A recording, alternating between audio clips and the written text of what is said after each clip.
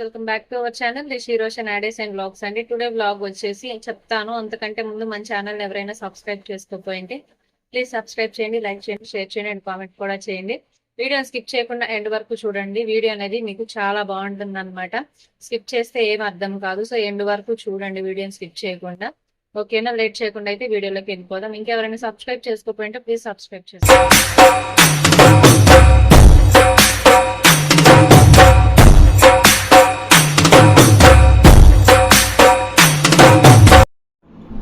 So guys, మ్యాటర్లోకి వెళ్ళిపోతే మనమైతే ఇప్పుడు దుర్గమ్మ తల్లి అమ్మవారి జన్మస్థలానికి అయితే వచ్చేసామన్నమాట. చూశారు కదండి భక్తులతోటి ఎంత రద్దీగా ఉందో. ఆదివారం అలాగే గురువారం కూడా ఇక్కడ భక్తుల రద్దీ ఇలాగే ఉంటుందన్నమాట. సో ఇక్కడ మనం చూస్తుంది అయితే అమ్మవారు జన్మించిన స్థలం అన్నమాట.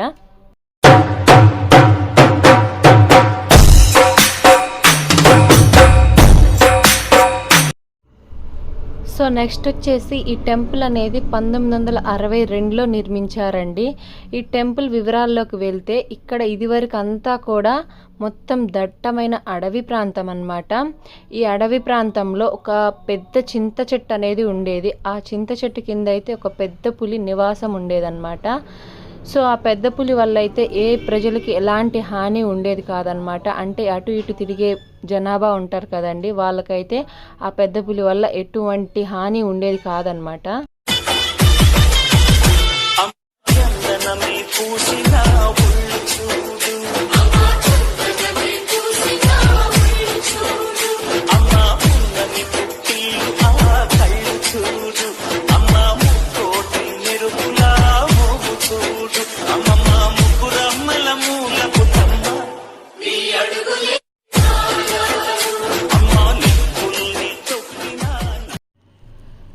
సో అలాగా ఆ పులి అదృశ్యం అవ్వడంతో ఇక్కడ జనాలందరూ కూడా ఆ పెద్దమ్మ తల్లి ఇలాగా పెద్ద పులి అవతారంలో ఇక్కడ ఇన్ని రోజులు నివాసం ఉంది అని చెప్పేసి ఒక చిన్న హోప్ తోటి ఒక అమ్మవారు అంటే ఒక దుర్గామాత ఫోటో వచ్చి ఈ చెట్టు కింద పెట్టేసి పూజలు చేసి ఎట్లగా చిన్నగా అమ్మవారికి అనేది టెంపుల్ అనేది ఇలాగా నిర్మించారనమాట. అది ఇప్పుడు ఇంత మంచిగా డెవలప్ అయిందో చూడండి. ఇంకా నెక్స్ట్ వచ్చేసి ఇక్కడంతా కూడా గుండు తీపించుకుంటున్నారనమాట. అంటే వాళ్ళు మొక్కులు అనేవి తీర్చుకుంటున్నారు.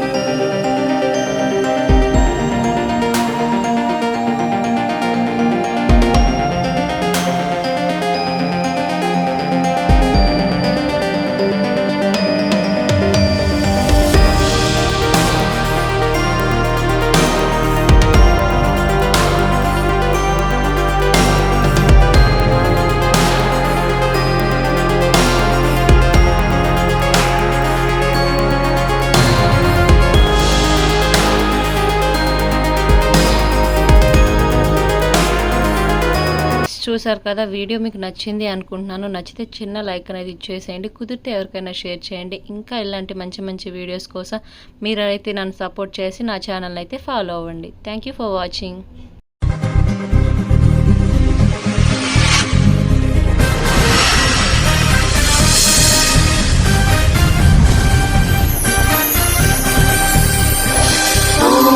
श्रीमाता